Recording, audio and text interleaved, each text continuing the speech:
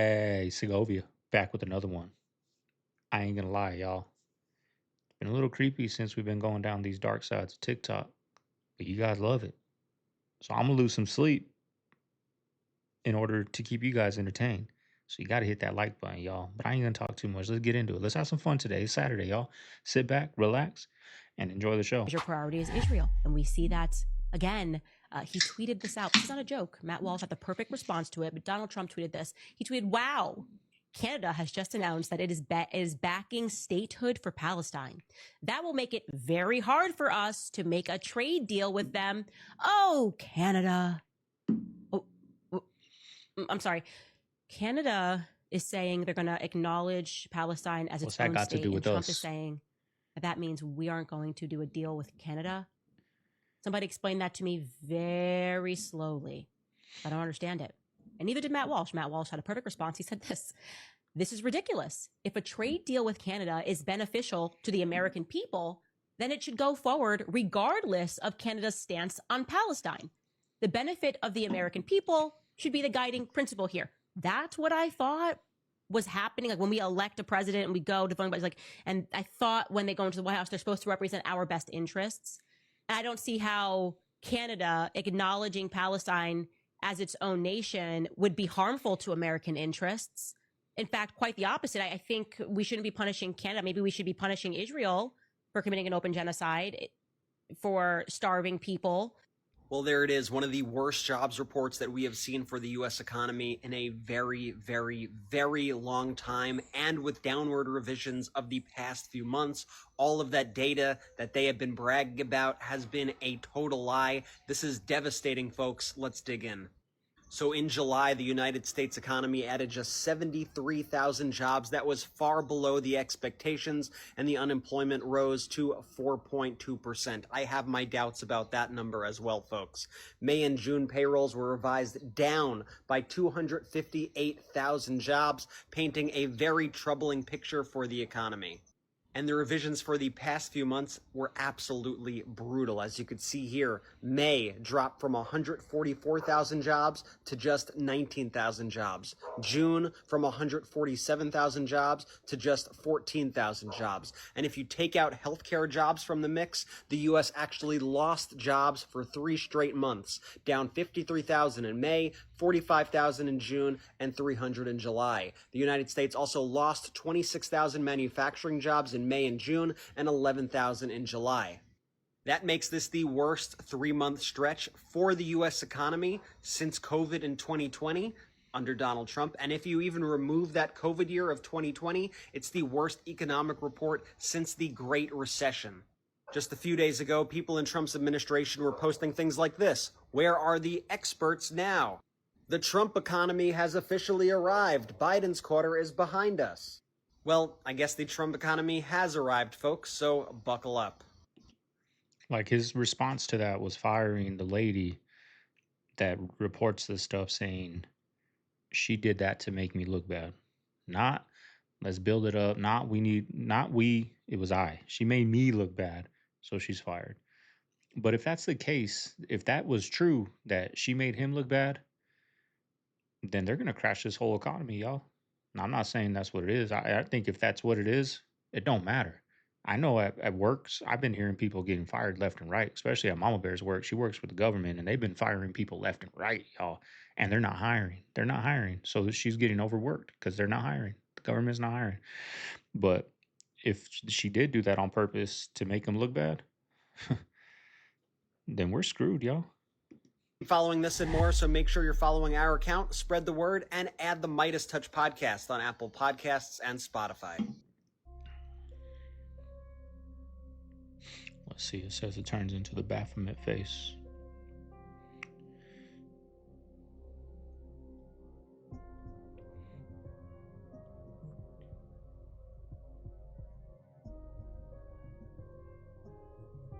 It sure does.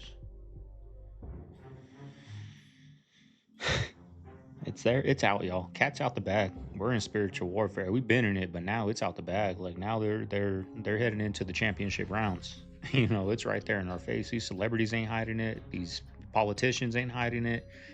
like they used to with the signs, and now it's out. Now they're dressing up as the devil on stage. Now they're telling us they're taking us to hell. Now the cat's out the bag, y'all. This is crazy. Look at that.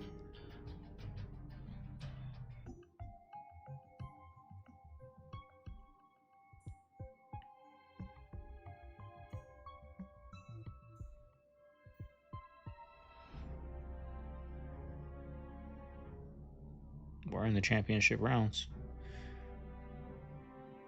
You know, in fighting, boxing, UFC terms. Look, have you read Using Ourselves to Death by Neil Postman? No. From 1982? No. So especially when we get into big tech and we talk about censorship a lot, and we talk about Orwell, he has this really wonderful opening to this book. It was written in 1982. It literally predicts everything that's going on now. I frankly think that I'm adding nothing, and it's really just Neil Postman called it all in 1982. He had this great opening. It says,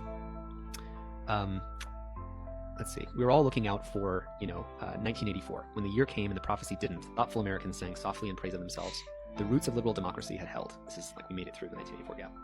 Wherever else the terror had happened, we at least had not been visited by Orwellian nightmares. But we had forgotten that alongside Orwell's dark vision, there was another, slightly older, slightly less well-known, equally chilling vision of Aldous Huxley's Brave New World. Contrary to common belief, even among the educated, Huxley and Orwell did not prophesy the same thing. Orwell warns that we will become overcome by an externally imposed oppression. But in Huxley's vision, no big brother is required to deprive people of their autonomy, maturity, or history. As he saw it, people will come to love their oppression, to adore the technologies that undo their capacities to think. What Orwell feared were those who would ban books. What Huxley feared was that there would be no reason to ban a book, for there would be no one who wanted to read one. Orwell feared those who would deprive us of information. Huxley feared those who would give us so much that we would be reduced to passivity and egoism. Orwell feared the truth would be concealed from us. Huxley feared the truth would be drowned in a sea of irrelevance. Orwell feared we would become a captive culture, but Huxley feared we would become a trivial culture, preoccupied with some equivalent of the feelies and the orgy-porgy and the centrifugal bumblepuppy. Don't know what that means. As Huxley remarked in Brave New World Revisited, the civil libertarians and rationalists who are ever on the alert to oppose tyranny failed to take into account man's almost infinite appetite for distractions. Lastly, in 1984, Orwell added, people are controlled by inflicting pain. In Brave New World, they are controlled by inflicting pleasure. In short, Orwell feared that what we fear will ruin us. Huxley feared that what we desire will ruin us. Holy shit.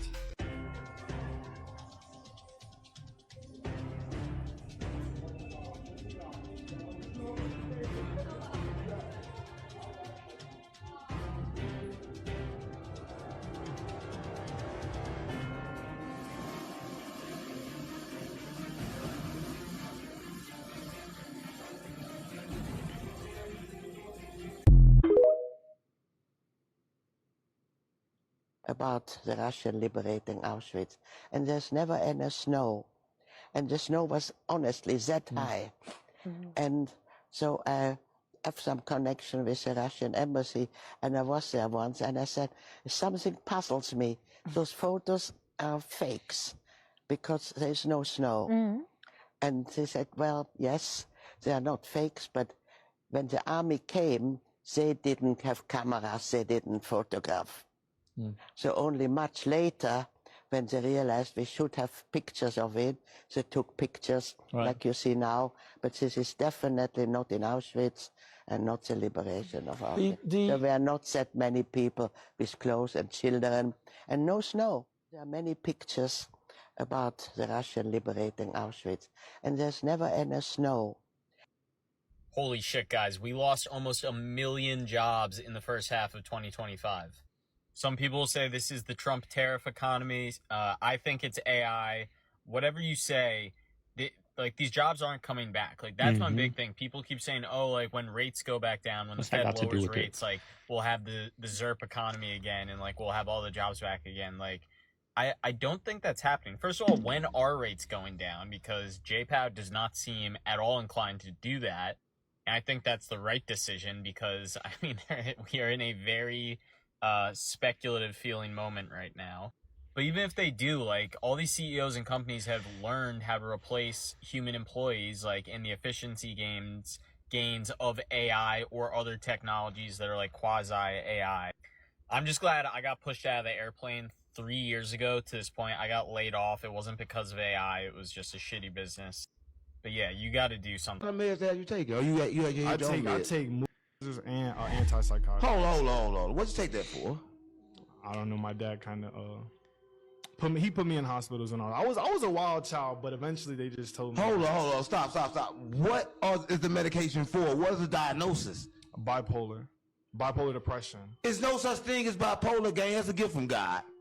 There's no such thing. I'm keeping it real, gang. No such thing as bipolar. Who told you was bipolar? And they gave you medication.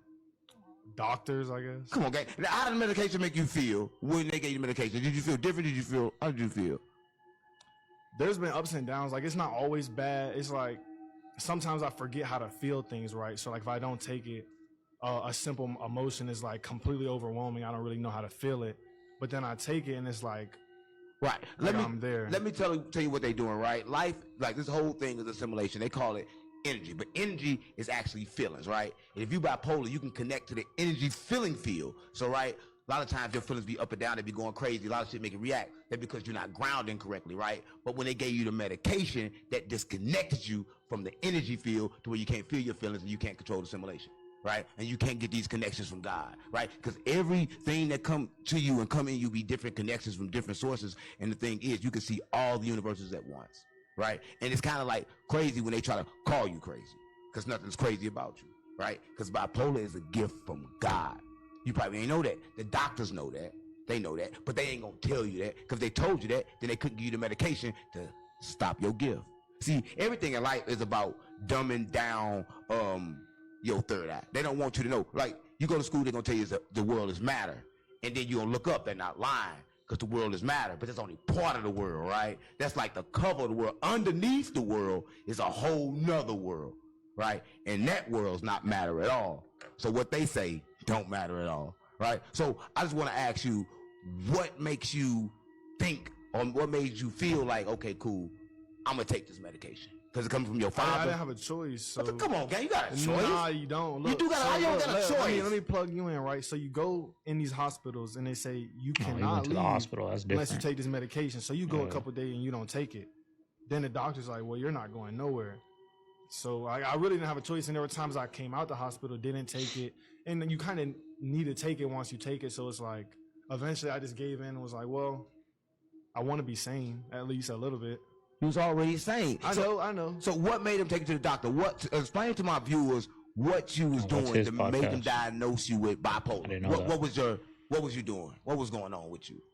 Well, the first time I went in the hospital, I was 15, so it was more or less, they just watched me just kind of bounce off the walls, be like up one moment, then I'm sitting down talking to some people, then I'm like running around, looking crazy, and then eventually that was the mood stabilizers, and then like running through hospitals, they just give you different kinds. This is a mood mood stabilizer for this, and then that one's for, it just built up, so then the antipsychotic kind of just made it so it kind of gets you a little bit high, to be honest. Right, let's stop that, right? So the first thing from you going to all the energy going up and all the energy going down, you just up and down, up and down, up and down all day, right? They think it's crazy, right? But let me tell you this, the sun kind of like give you energy, the moon kind of like take it away, right? Inside of you, the right side of your brain and the left side of your brain is two different things. One's the sun, one's the moon, because one masculine, one feminine. The sun is masculine, the moon is feminine. So what I'm trying to tell you is this, that you have all that inside of you, and it's a gift, right? So what you should have done and what they should have told you to do, what they should have prescribed you was to take your shoes off, right? Take the rubber off and ground your feet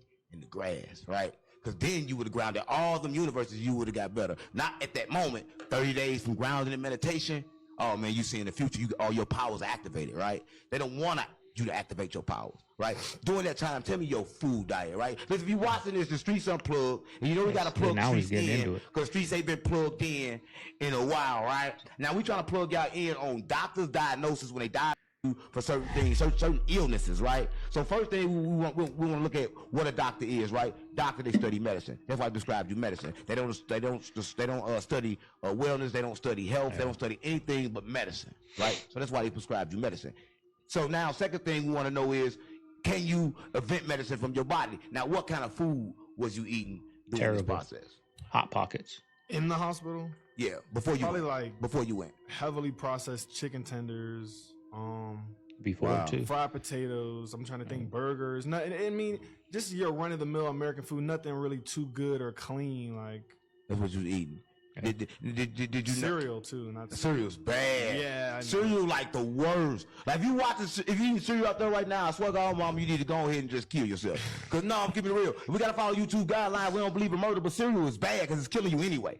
Right? And shout out to the cereal company, right? Because we cannot disrespect no companies on YouTube, right? So shout out to the best cereal company, was the Cheerios, right? Because it's good for the heart and it ain't got all that bull crap in it. That's probably the only one that's good. Cheerios. Would you eat Cheerios?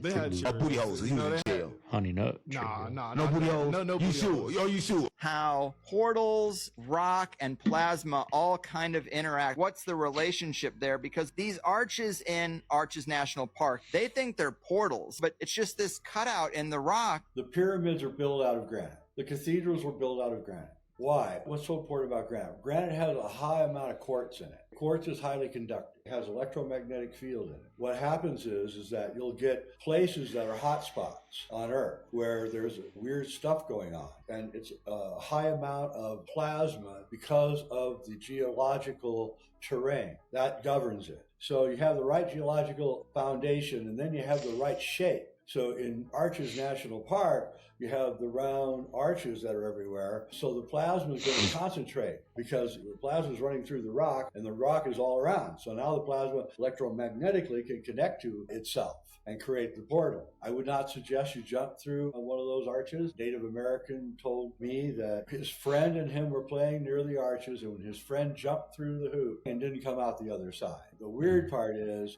that his body was found high up on a mountain nearby 20 years later and he had the same clothes on that he had when he jumped through the thing. Landed someplace way high up and froze to death. Y'all want to know how bad the economy is? All you gotta do is look at the pumps when you get to the gas station. Watch this. Pump one, $6. Yeah, I've kind of been seeing this. I pay attention to what Pump people two, put in their gas tank. $6. All in people's pockets. Pump three, $8. This shit crazy. This lady in Congress apparently was suing Starbucks because they weren't listing the ingredients on their drinks. Oh gosh. And the pumpkin spice latte had the active ingredient of ammonia in it. Oh! Why? They use it for food coloring. No To make it orange. Yeah. So There's gotta be a better way. In Europe, they list the ingredients and they use, I believe, carrot or beets or something. It's like a natural food coloring. But the US Starbucks was using an ingredient that included ammonia in the pumpkin spice lattes to make them orange. This is from yahoo.com. It says there's no pumpkin in it. However, the latte included 2 doses of caramel color level 4 with ammonia and contains the substance for methylamidazole. What are we doing? Yeah, why? Well, I wonder why everyone's dying of cancer. Because we're drinking ammonia. Yeah, and that's on purpose. That has to be on purpose. Yeah. Because it's the cheaper option. And there's no way they just cut it out. It's the middle of fall. You know how many millions of gallons they have of that stuff probably? They're not getting rid of it. Oh my gosh. Well, I got pumpkin spice lattes. Like they're killing us, y'all. Like I was talking to my mom the other day and I was telling her like I'm sure like her grandparents cancer really was rare, very rare probably. Like it wasn't a thing. You didn't hear people like, oh, she got diagnosed with cancer and passed away. Like I believe, let me know if I'm wrong. This is just me guessing how food is now, just thinking how food is now compared to, my mom's grandparents, what, 30s, 40s is different. Like back then, they were rice and beans, and if they were lucky, maybe some meat, some shredded beef with that, right? But 9 times out of 10, all they were eating rice and beans and maybe some tortillas, right? So that wasn't really a thing back then compared to now. And it's everywhere, y'all. It's everywhere. And I feel like that's what I went through is kind of because of what I ate from a young age, like always eating junk food. Every single day, y'all was eating junk food. Either burgers were being brought to me from McDonald's daily. My parents don't know, you know what I mean? They see me light up like, oh, thanks. Like, brought me a hamburger. They think they're making my day, right? But, in the long run, like, now I know for my kid not to do that, right? But like chips in the house, cereal, I didn't eat cereal. I grew up on fried potatoes and chorizo and stuff. But man, it's a shame what they're doing to us, y'all. And interview with this dude, Lord Jamar. I'm a fan of Jamar, right? He was going in on him. That was like 8 years ago talking about the HVAC. We got this going on in Mexico.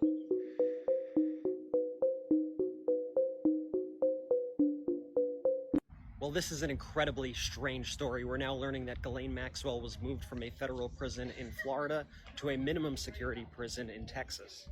The prison is called Federal Prison Camp Bryan. It's in Bryan, Texas. As I said, it's a minimum security prison. They do like a lot of activities there. They do yoga, they do arts and crafts, they do Pilates. It's actually the same prison where Elizabeth Holmes currently is. And so it's unclear why they would move Maxwell to this prison, but it's obviously very suspicious and very odd considering that she just met with the Department of Justice and Trump's personal lawyer just days ago.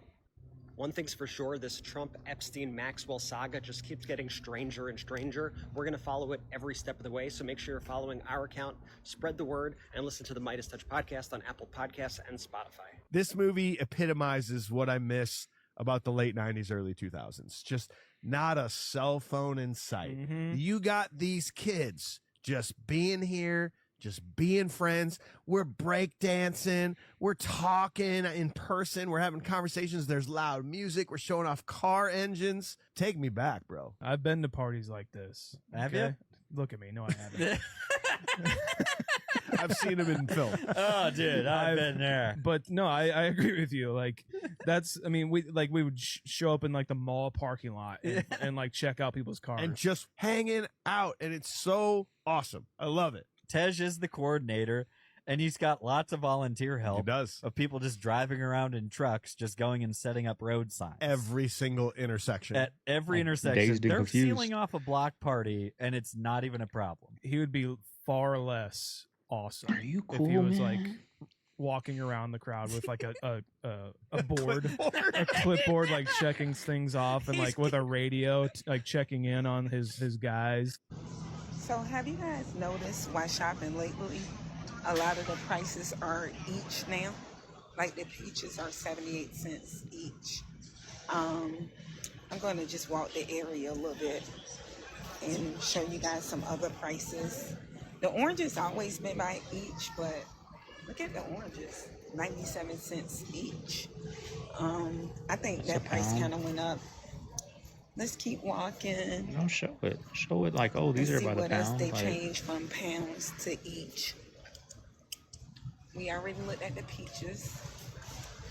Let me see. These are each nectarines. They're $1.14 each.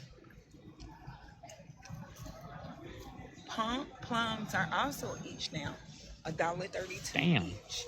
So when you guys are shopping, make sure you pay attention to the price, because a lot of items are each now, $1.14 each for this white nectarine.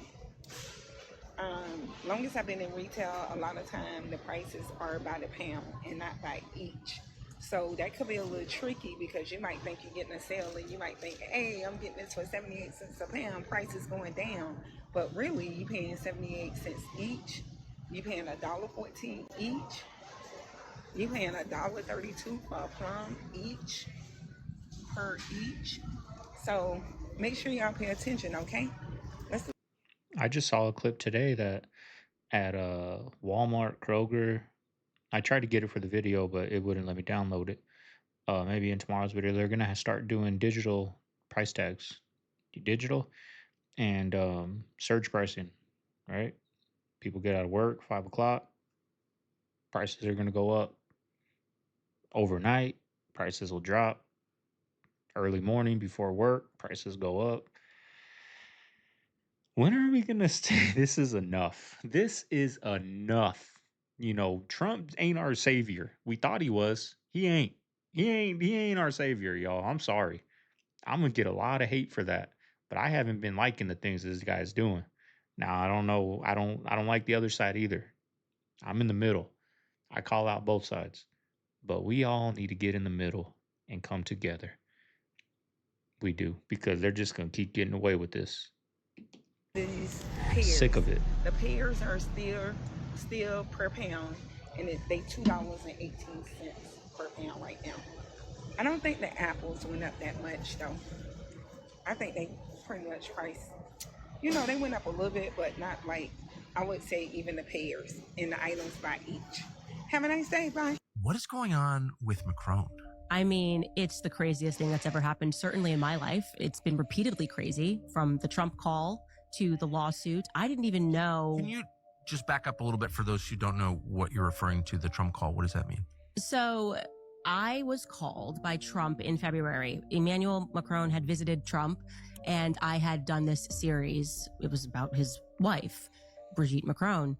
And the series got a lot of views, and Emmanuel Macron personally flew to DC and asked Trump to ask me to shut up, to just stop speaking about his wife. And Did you know this was going to rise to the level of international incident? No. And it's actually making me go back, and historically I'm thinking, you know, all the times we were told that a war ended because of this or because of that. If this was one element of negotiation of Emmanuel Macron to Trump, and the topic of why he was, you know, ostensibly there was to discuss the end of the Ukrainian and Russian war, but you're taking Trump aside and you're asking him to shut up this podcaster in the US, I'm wondering if anything that we're told in our history books is real. So that is exactly right. Most important scientific discoveries of all time. I am really shocked that we don't even learn this in school. This is some next level stuff, and it was verified to be true. Dr. Masaru Emoto, and what he discovered was, you know, when you speak to the water and you say certain things like "I love you" or, you know, "You're my friend," or "beautiful," beautiful, angel. It could be simple, just like angel, happiness, peace. When you say these positive words to the water and then you freeze it, it makes beautiful shapes. Most of the time they're symmetrical. They look like you Google images. They have photos of this. They look like snowflakes, like beautiful symmetrical snowflakes. Now, when you say mean, nasty words to the water, and then they freeze the water, it would make ugly, asymmetrical shapes. Asymmetrical. Yeah, like cracks and looks like damage. Bubbles. And he basically proved that, like, your consciousness and your will combined with the intention behind your words affects reality. It's like the concept that, like, your words are magic. So much so that you change physical reality. Yeah, it is quite literally proof that the things that come out of your mouth change reality, affect your physical surroundings. Why isn't school lunch free? Can somebody please explain this to me? Like, make it make sense. Don't parents already pay taxes in that town for that school? I mean, shit, you already make them buy school supplies.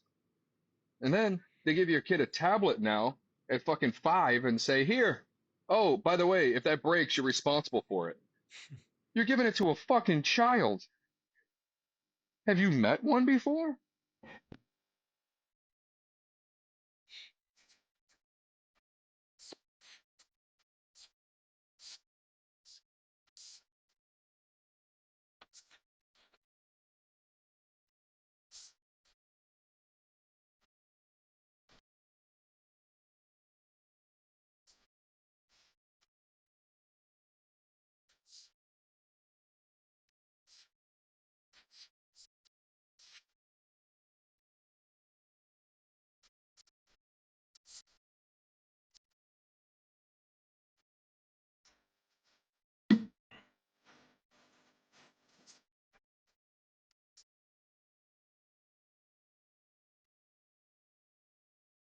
This is the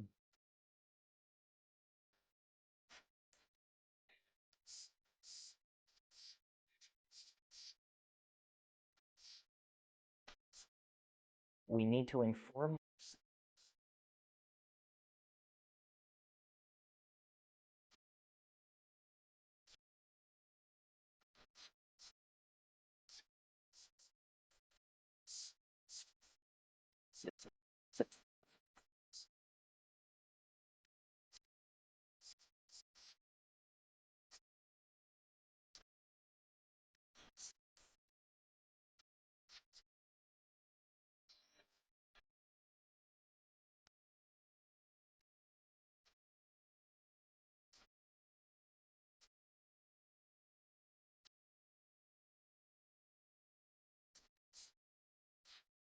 Did you guys see how Tom Cruise conned everyone out of COVID and back in theaters and working? Did you hear about this? No. This is crazy. When everything was shutting down and everyone's like scared to do productions during COVID and the pandemic, he called up another studio and he lied. This is what I really did. I called the studio. I was like, yeah, you guys shooting? He's like, no, we can't. We're all shut down for that. I said, oh, wow. I said, we're shooting our movies. And they're like, what? He was like, oh, no, we're still filming. No, we're all green lights. We're good to go. So then that studio was like, well, Tom Cruise is filming. So I called back a week later and I was like, how's it going? They said, oh, yeah, we're shooting our films. I said, because we're coming out next summer. And then that studio talked to another one. And then he came back to his studio after they started filming. And he went, look, they're filming. And then I called the studio that I was working with. I said, look, all these guys are making movies. We got to make movies. So, and I just kept everyone working throughout. So they were like, okay, we got to make movies. He fucking just chess moved everybody back into production. That's awesome. He basically reinvigorated cinema during the pandemic by conning people. It was the mission he chose to accept. The biggest recession indicator to me right now is how people react when they find out somebody they know live at home with their family. Because back in the day, you were getting roasted. If you were in your 20s, early 30s, and you lived at home, you were getting cooked. If you watch them old movies, they be telling them, oh, you live at home with your mom, you're a loser, you're not gonna get dates, you need to grow up, you need to become an adult. People are not moving like that anymore. You find out someone lives at home with their family in today's world, you like, so bro, you telling me that you don't pay rent and you got a good relationship with your parents? How did you do it? Like people that turn living at home from being broke to, oh, I'm stacking. Like, bro, we live in the opposite day. The economy is cooked. It's cooked. Okay, this is a scene from The Matrix. I had to blur it out. Hopefully it doesn't get copyrighted. But if it is, you'll never see this part. We have only bits and pieces of information, but what we know for certain is that at some point in the early 21st century, all of mankind was united in celebration. We marveled at our own magnificence as we gave birth to AI. AI. I mean artificial intelligence. A singular consciousness that spawned an entire race of machines. We don't know who struck first, us or them, but we know that it was us that scorched the sky. At the time, they were dependent on solar power, and it was believed that they would be unable to survive without an energy source as abundant as the sun. Throughout human history, we have been dependent on machines to survive. Fate, it seems, is not without a sense of irony. The human body generates more bioelectricity than a 120-volt battery and over 25,000 BTUs of body heat. Combined with a form of fusion, the machines had found all the energy they would ever need. There are fields, endless fields, where human beings are no longer. Matrix is a computer-generated dream, built to keep us under control in order to change a human being into this. No. I don't believe it. Someone said the average millennial is 36 years old and has nothing to their name, and they're living basically paycheck to paycheck with roommates in their 30s, not married, no kids because they can't afford it. And in fact, what they do have is a bunch of debt. So their future self already knows that they're going to be broke, they're going to be poor. So we're essentially in a trap that we literally cannot get out of no matter how much we work, no matter how many jobs we have. A lot of people have a full-time job during the week and then Uber on the weekends just to make some extra money. That in itself sets you up for depression. I mean, think about working and having nothing to show for it. No savings, no investments, no house, nothing.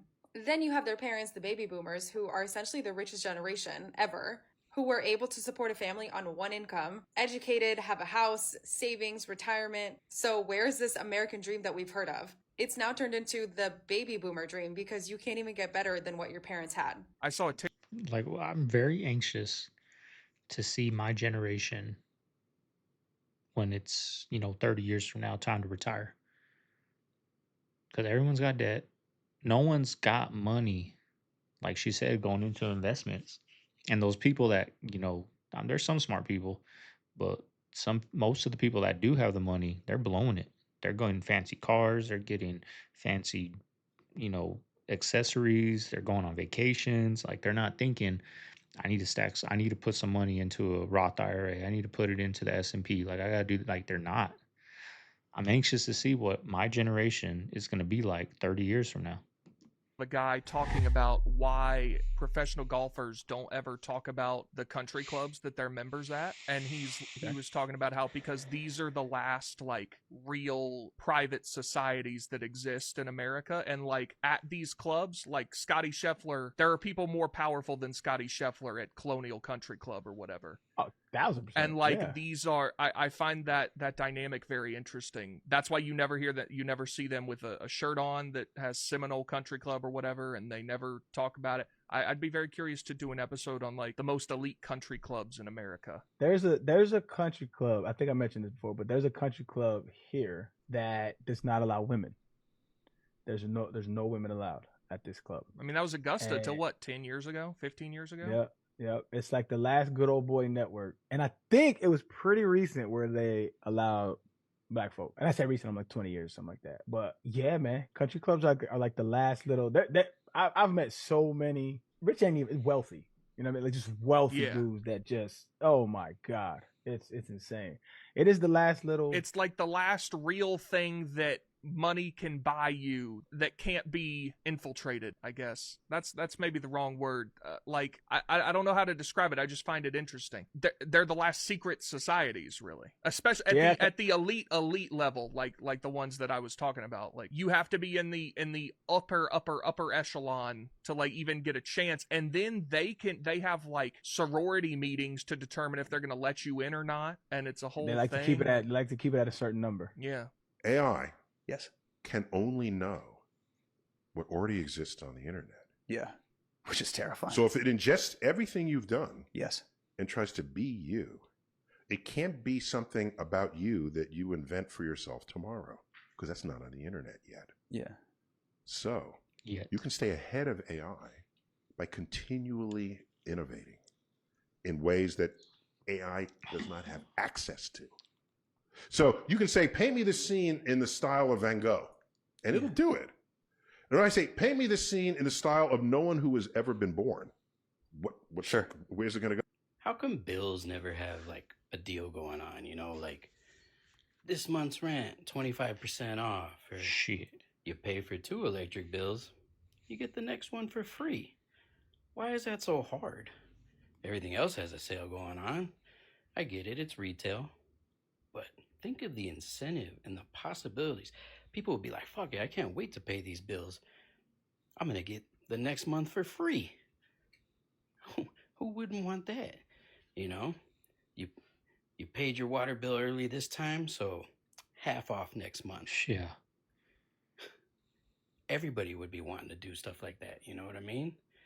You pay your mortgage. Hey, you paid 2 months ahead, so we're going to go ahead and give you the next 2 months for free. Why can't we make this a thing? Everybody would want to pay their bills. Nobody would miss a bill because the anticipation, we all love saving money. The anticipation would be amazing. The story. Yeah, it'd be nice. Like, hey, you followed our rules and only watered your plants on Tuesdays and Thursdays after 7 p.m. We're going to reward you for that. Yeah, right. The only one time that we were so-called rewarded, at least me, was in 2020 when it was time to re-sign my lease at my apartment. We're not going to raise your rent. You know, pandemic going on, we're not going to raise your rent. Guess what? Damn bill came in, it was up $100, y'all. They added a fee, a cleaning fee for the landscaping or whatever. They raised it even more than they would have if they would have just regularly raised my rent, which goes up like $50 a month. Now it went up $100. Stillskin is not just a story written by the Grimm's brothers, but it's actually a very ancient story that's been told through different cultures. There's this farmer who promises the king that his daughter can spin straw into gold. So the king takes a daughter, and the daughter's like, I can't do that. And the king's like, do it, or else I'm going to kill you. And then in comes this little magical man and says, I can do this, but basically you belong to me. He said, if you ever have a child, your child belongs to me. And she ended up getting free and has a child. In comes this little man, says, your child belongs to me. She said, I can give you anything, because she's now a rich woman. And he says, nothing is more valuable than a human life. He said, I'll tell you what, you can keep your child if you can guess my name. One of her servants followed the little man home, and he was dancing around a fire, basically singing, I'm Rumpelstiltskin. Then he comes in and says, your name is read this when I was Rumpelstiltskin. little. He's furious, and that's basically the end of the story. This story is actually at least 4,000 years old, told through different cultures. But then it also goes back to the value of, like, you're promised the world, power, or riches in exchange for a child's life. Of that story just being connected through multiple cultures. There's something dark and spiritual with that for sure. And none of the stories ever give the reason he wanted the child. No, yeah. The He just freaky says part. the child's life is worth more than anything on this earth. God's perspective, that's his child. Yeah. There's nothing more valuable than his child. Nothing Anyone hurts brings- a father like affecting the children. Yeah. It makes it so much darker. You remember the milk mustaches with all the athletes? You notice you don't see that anymore? Yeah.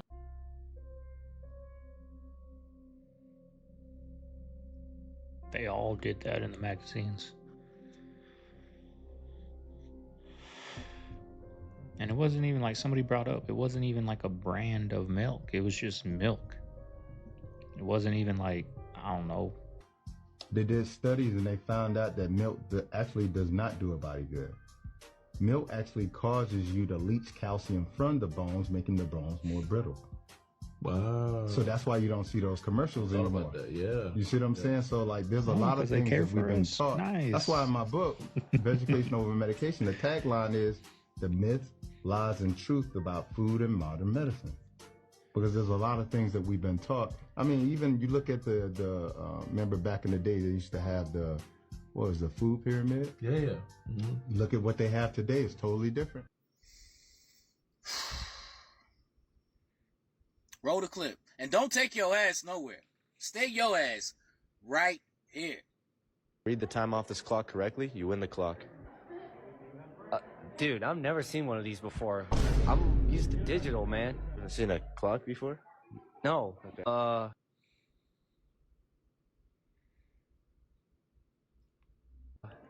7:12. Sure. Is it 12:10? 12:10. 12:09? 12:09. Yeah, you're close. No, 9:25. 9:25. Close, you're 5 minutes off. It's 9:02. 9:02. 2:09. 2:09. They ain't serious, are they? Yep. That looked like a public school to me. 6:74. Nope. Mm-mm. We ain't skipping past that one. We can't skip past that one.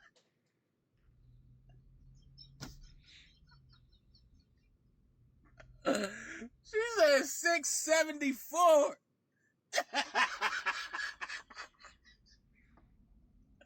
She needs to be on punishment until she grown. 6. Is it 3 o'clock? AM or PM? Gotta be AM, bro. Okay. So I wear this watch here, but I can't tell time. What? But I'm tripping. I'm tripping. She says she got a watch on, but she can't tell the timer. That's an adult. She done got all the way to adulthood and still can't read a goddamn clock. Holy shit. Oh, we are doomed. We are up shit's creek without a clock. You think that I could be an Illuminati member? I think you potentially could be an Illuminati member, Dr. Phil. I don't think that you get this amount of power and influence and media coverage without taking a deal. With who? The Illuminati. They would come and say, Dr. Phil, we can offer you all the money, we can offer you power, we can offer you influence. You just need to take a deal with us. Could I be wearing a mask? You could. Could I get up and look? No, how are you going to look? I'm just gonna... Yeah, go ahead. What do you think? I think that the technology is so advanced. Let me tell you, sister, if I was wearing a mask, it wouldn't look like this. I mean, if you think about it, it kind of looks like a reptile. Look at this. Look at this reptile. Let's see this. You can't tell me that ain't got reptile on it, man. That's like that look. He's got that look. Look at that eye. You know that little lizard eye? That one eye that's like looking everywhere because he's looking for the next fly to catch. Nope, he caught one. And this whole shooting thing happens, and there's, you know, let's just say a lot of fucking weird shit going on there. And wait, he's in. Am I totally not in following Las this? Vegas? He's in Las Vegas when the Yes. shooting's going down. Yeah, MBS is in Las Vegas in the Four Seasons when the Las Vegas shooting happens, and there's helicopters flying around that aren't on the flight radars. There's fucking all kinds of shooters that are definitely not just the dude in the room. You can see that the footage of the body cam, the window is not broken when they go into the room. Like, there were 3 girls on the fucking room reservation with the alleged shooter that are omitted completely from the official story. It looks like he was honeypotted and he thought he was selling weapons to like some billionaire or something. It looks like he was like a private arms guy that was just like a gun guy that was like, hey, would you sell 3 fucking hot chicks that meet him in the bar. And they're like, hey, we know a billionaire that wants to buy some guns. Would you bring a bunch of guns here to fucking sell some guns to him? We want to go into the desert and shoot some guns with him. So like bunch of guns in his room because he's about to fucking sell a rich dude a bunch of guns. You know, this is not all proven, but there's a fuckload of evidence. What's his name? He calls himself the sheriff, John McAfee. But right after that, the Saudi purge happens, right? Mm-hmm. Where bin Salman arrests the whole fucking royal family, locks down all of bin Talal's assets, puts them in the Ritz, all this shit. Trump later gets the royal welcome in Saudi Arabia later that year, like comes and gets the whole sword dance and everything.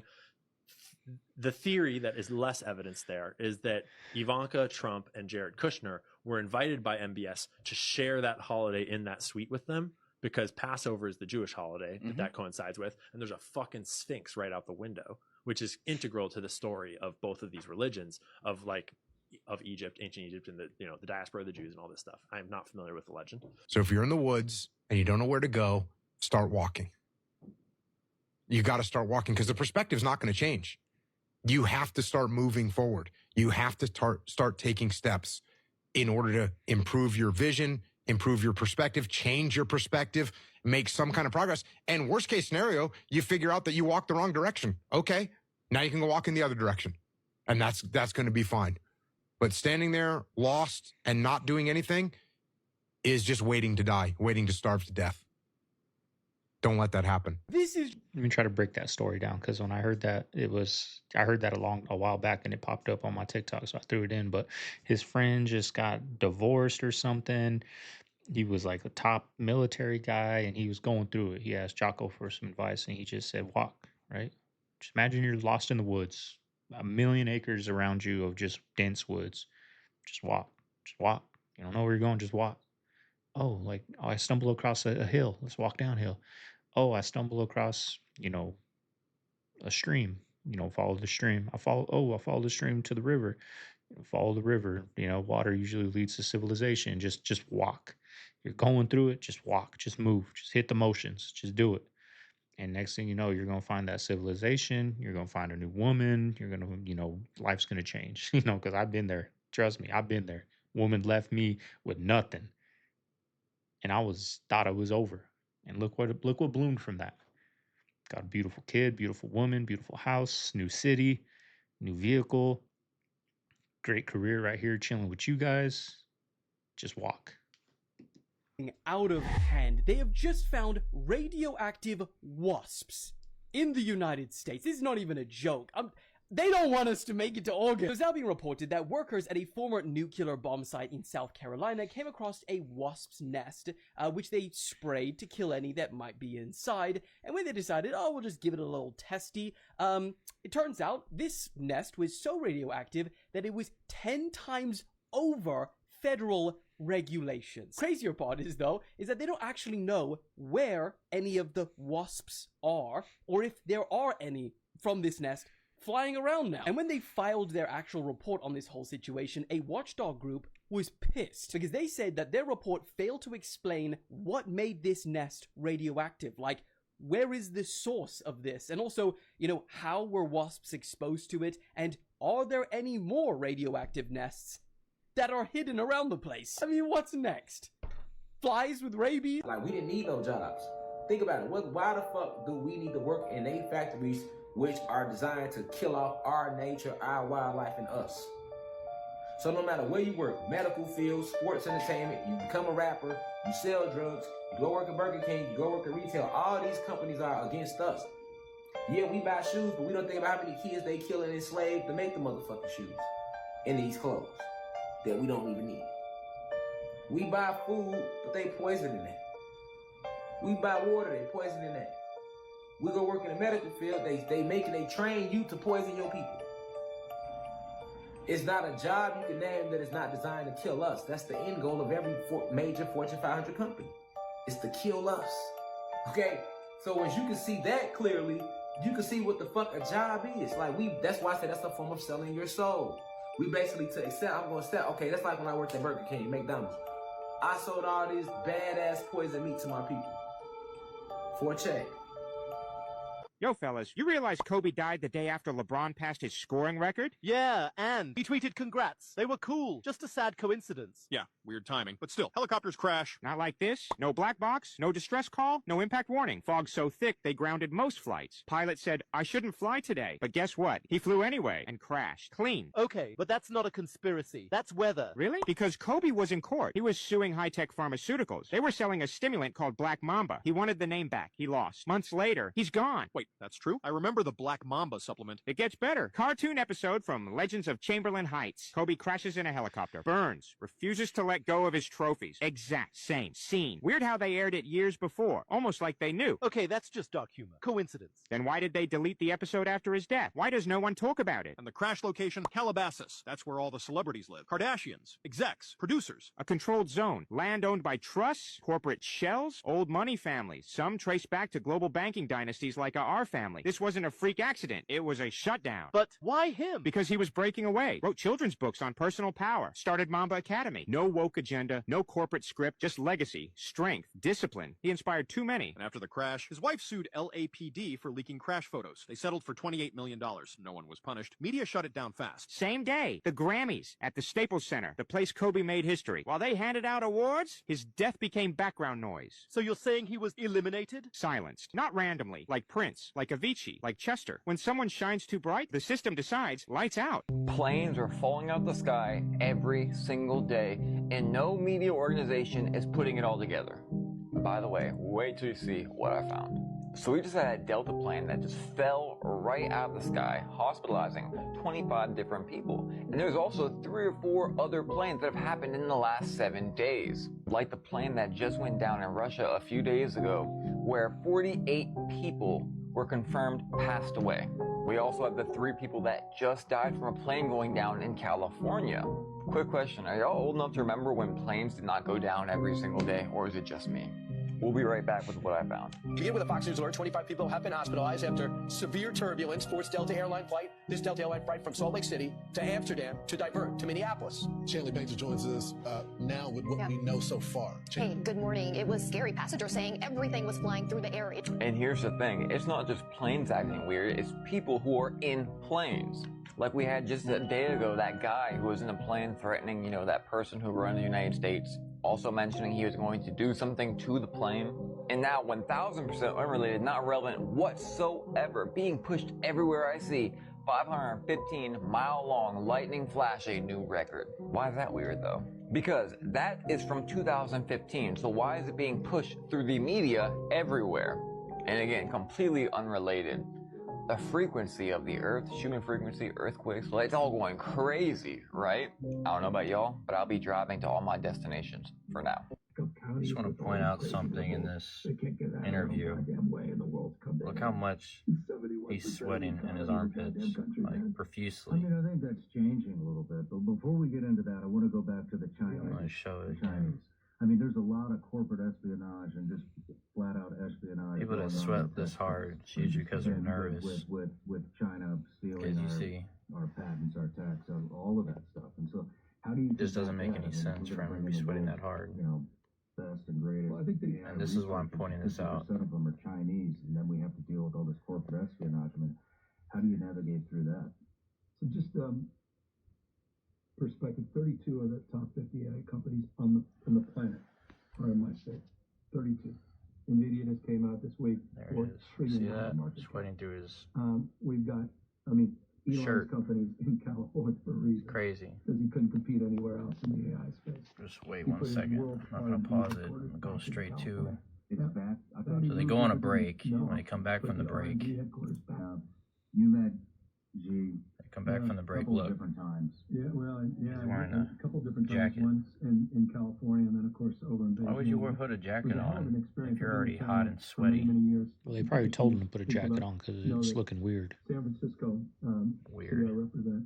No one's actually changed had the outfits first Shanghai sister city, in the any of first these interviews sister before. city relationship in the And he United adds a States jacket. in China was established in San Francisco, and that Weird. sister city. Why wouldn't we raise minimum wage to $25 an hour? Well, it'll put all these small businesses out of business. No, it doesn't. The states that have raised minimum wage to $12 or $15 an hour, Washington State and California, their economies have grown. Because the wonderful thing about poor people is they spend all their fucking money. Yeah. It creates a multiplier effect. And by the way, if minimum wage had just kept pace with inflation or productivity, it'd be $23 an hour. And by the way, McDonald's and Walmart, their stock would go down. And that's okay. Yeah. Corporate profits are at an all-time high. Wages as a percentage of GDP are at an all-time low. Minimum wage, $25 federally mandated. You and I agree. Here's where we actually agree, that the power is with the people. What has happened to filmmaking? What has happened to comedies? Happy Gilmore 2 was trash. Duh. I mean, awful. And the only resemblance it had to the first one was the fact that it was centered around a person named Happy Gilmore and golf. That's it. That's it. There was none of the heart, none of the quirkiness of it. It was a huge cash grab. There was very little that was actually funny about it. I don't know, man. Happy Gilmore, the first one, I loved. I remember, it's so nostalgic to me. I remember sitting around reciting the lines with my cousin. To this day, I'll still say, tap it in. Tap it in. But I don't know what's happened to the film industry. There's nothing that comes out that's good. I understand this was a sequel, but for such an iconic, nostalgic movie, at least make the sequel decent. Make it good. And it was absolute hot garbage. I mean, no duh. What did you can't watch that expecting it's going to be that classic. First of all, you don't make a part 2 30 years later. You don't expect a masterpiece. That dude back then, Adam Sandler, was what, 23, 25? I don't know how old he was. Maybe he was older. Now he's 60. Like, he was hungry back then. He wanted it. He wasn't Adam Sandler yet. He was Adam Sandler, but he wasn't Adam Sandler. He was hungry. He's got it now. I just got to put this money out to get a movie out to get some money. Let's have some fun. Let's get some celebrities. Let's get Eminem. Let's get all these people in here. Let's have some fun. Let's make a movie. Right? Back then, let's survive, y'all. I want my name stamped. It's just a different mindset. And people are dumb like this guy expecting a classic from that movie. I haven't seen it. I don't got Netflix. Will I watch it one day if I get Netflix? Maybe, just for the nostalgia, like you said. But I'm not going to go into it expecting a classic like Happy Gilmore was. You got to think. You know what I mean? Israeli Prime Minister Benjamin Netanyahu's best friend owns Dua Lipa, Cardi B, Lil Uzi Vert, Kodak Black, Jack Harlow, Megan Thee Stallion, and many more, all controlled by Craig Kallman, who runs Atlantic Records. Atlantic Records is run by AMG, which is run by Elliot Grange. Elliot Grange is the son of Lucius Grange, who happens to work with Drake and all of these famous celebrities. AMG is owned by Warner Music Group, whose chairman is Michael Linton. Warner Music Group is owned by Access Industries, which is a holding company owned by Len Blavatnik. Guess what everyone in this video has in common? I want to talk about the childhood friends that you grew up with. The ones you experienced life with. That made you who you are. You don't see anymore. You don't communicate with really anymore. But they're out there. They're in this world. I don't want to lose sight of how important these people are to us. I bet you can name several off the top of your head. The ones you rented 80s horror films from Blockbuster with. Oh, I can go through it all right now and give you guys a list of the homies back in the day. And Tecmo Bowl for the first time on the NES. The ones you rode bikes with across the city and did some real Goonies type shit until the streetlights came on. The ones you listened to like Dr. Dre's The Chronic, Snoop Dogg's Doggy Style with, the ones you had sleepovers with and y'all fell asleep with the lights on because you were just watching Nightmare on Elm Street 3. We don't see these people anymore, but that doesn't mean that they're not as important to us as they ever were. These are the same people you could see today, knowing you hadn't had a conversation with them in 20 years, pick right back up like you'd never not seen them. These people were instrumental in who you are today. And it was just a select crew, you know what I mean? Oh, very small. And you didn't get to choose this too much. Vicinity. The people around you that you somewhat clicked with. Yeah, this was vicinity. Yeah, that became your gang, bro. And anyone outside of that gang, you were like, fuck them. Not knowing that the dude over there could be your best friend in 5 years. That's right. Hey, man, shout them out, man. Yeah. Holler at them. You know, tag them in this video or whatever, you know, send them a text. These are all the people that have went through the things that we talk about on this podcast together. I can name a few off the top of my head. James, Anthony, Byron, Ronnie. Mine was Alex, Josh, Evan, Damon, where we all had a crew, bro. Hey, Jim, Sean, Clay, Ed, Richard, Andre. Do it with us, y'all. Name your boys from back in the day, y'all. Everybody think. I had a bunch of them, y'all. But how dope would it be, like, just to sit around like a fire or something with your old friends you grew up with and just talk about the good old days? Like, just reminisce on the good old days. I reminisce all the time with, you know, Mama Bear and my family or whatever, but just imagine how cool it would be just to even go back to the neighborhood and walk through the streets. It'll never happen. Think about how dope that'd be, just to walk through your streets you used to walk to as a young kid. Walk to Whataburger as a young kid with your friends, grown now, and just talk about the good old days, y'all.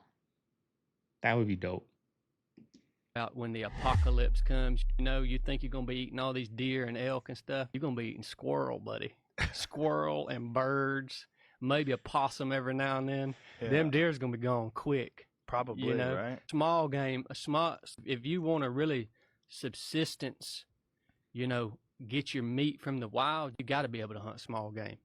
Squirrels, rabbits, coon, possum, you got to be able to hunt them. Raccoon tastes like? Raccoon's pretty greasy. You got to cook it right, you know. So much wild game, other than elk. I found elk seems to be really, really good, even if you're not a skilled cook. To me, anyways, it's the best wild game meat I've ever ate. But like these squirrels, coons, things like small game, even rabbit, they can get real tough. That's coon right there. You cook it in a crock pot. A lot of these small game, you slow cook it, you know, and that kind of helps keep it moist and break it down. Okay, so I'm going to try to make this quick. Y'all see that video where them guys said they walked from India to Mexico? Okay, I did my research and I took a deep dive. And what I found out was, man, we just don't know in America because there's some type of treaty that's been signed where no one's supposed to tell us from the other countries or talk about it in social media. But if you deep dive, man, there's all kind of trail walks and everything connecting every single country, every single continent to each other in the world. We are not separated by oceans. This is wild. Police have just found a woman from Russia living in a cave with her 2 kids in India. But strangely, they don't really have a clear picture on how they got there, who they really are, or how long they've been living in this cave. Reports say that authorities in India happened to notice some bright clothes outside a cave while on a routine patrol throughout a forest. When they decided to investigate, they found a 40-year-old Russian national along with her 2 daughters aged only 5 and 6. Police said it appeared that they were living in this cave, and when they told them it was dangerous because of landslides in the region, snakes, and other wild animals, the mother replied, "Animals and snakes are our friends. Humans are dangerous." Either way, they took her in for questioning, where she said that her name is Nina Kutina and claimed that for the last 15 years she's been living all over the world. Authorities said that they've managed to track down her husband, who is apparently an Israeli businessman who's currently in India, and they're now trying to persuade him to pay for them to be sent back to Russia. And according to the mother, this isn't the first time she's lived in a cave. In fact, she even said that one of her daughters was born in a cave in a different part of India, and that they're all happy, safe, and living healthy this way. And ironically, now that she's been taken out of a cave and put in a detention center waiting to be deported, she's complaining about how dirty it is and how there's not enough food. I don't care how long he works, and I don't care what he does. There is no job worth $2 million a year. That's why they pay athletes these fantastic salaries. I was listening to the radio the other day. They just contracted to pay one player on one team $6 million a year. Can you believe this? And why is that? It's the Roman circus. What does the emperor do when the people become restive, and when the people are asking questions, and when the people don't like the policies of the emperor? He sends them to the circus. He creates a circus. He builds a giant coliseum. And he begins to throw the Christians to the lions. And he has great chariot races and football games and basketball games, all to keep the idiots preoccupied with things that don't mean anything in the scheme of the entire world, so that they don't have the time to learn what the truth is, so they don't ever get smart enough to learn how they're being manipulated.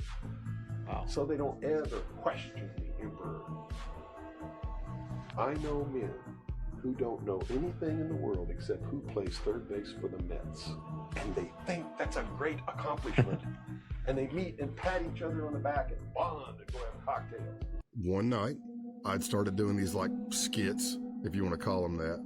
But I was acting out a scene that I'd seen in the movie where it's a demonic possession. We'd had a party and we were at somebody's house. I don't remember the name. I could see the guy. I can't remember his name. Just alcohol, no psychedelics, nothing to hallucinate or nothing like that. And the thing, we were in the same room. It was my buddy and his girlfriend, and I was on a couch doing this scene in my head where that I'd seen in the movie, and you talk like yourself and you're screaming no, no, no, and then you laugh like the demon and you talk like that. And I was going back and forth doing this, I don't know, play, if you will. And it ends with the demon winning and the demon taking over your body. And I was facing the back of the couch. And when I rolled over, laughing like the demon or the satanic whatever possession, when I rolled over, what I saw was all red, like a watery image. And it was a demon looking at me, smiling with its crooked finger and nails and looking at me and giving me the come here. And I screamed. For his mama. I laugh now because I'm 54, but I screamed. It's all fun and games. Probably so the highest real. I've ever screamed. And from just me reaching, like sitting up on the couch and reaching for the light switch, I was as white as a sheet. I was panting, pouring sweat. Of course, my buddy jumps up like, what the heck is going on, you know? And I looked at him and I said, man, if I ever do that again, if I ever use that voice or even do this again, you got my permission to take a baseball bat and crack me over the skull with it, or something to that effect. He got completely calm, Glenn. It was like the spirit just entered the room. Everything just went, whoo, and he looked at me, and I don't even know if he remembers saying it, because I think it was the spirit. He looked at me and he leaned in as if he knew what I'd seen, and he said, I told you, didn't I? That was it. I didn't sleep. I walked to church. I don't know how many miles it was. That was a Saturday night. And I walked to Edwards Road Baptist Church in Greenville, South Carolina. And I think I sat through every service. Man, it's all fun and games when no one's opening that door that you're knocking on. You know, you wised up real quick. It got real. But anyways, y'all, hope you guys enjoyed today's reaction. You know what to do. You made it this far.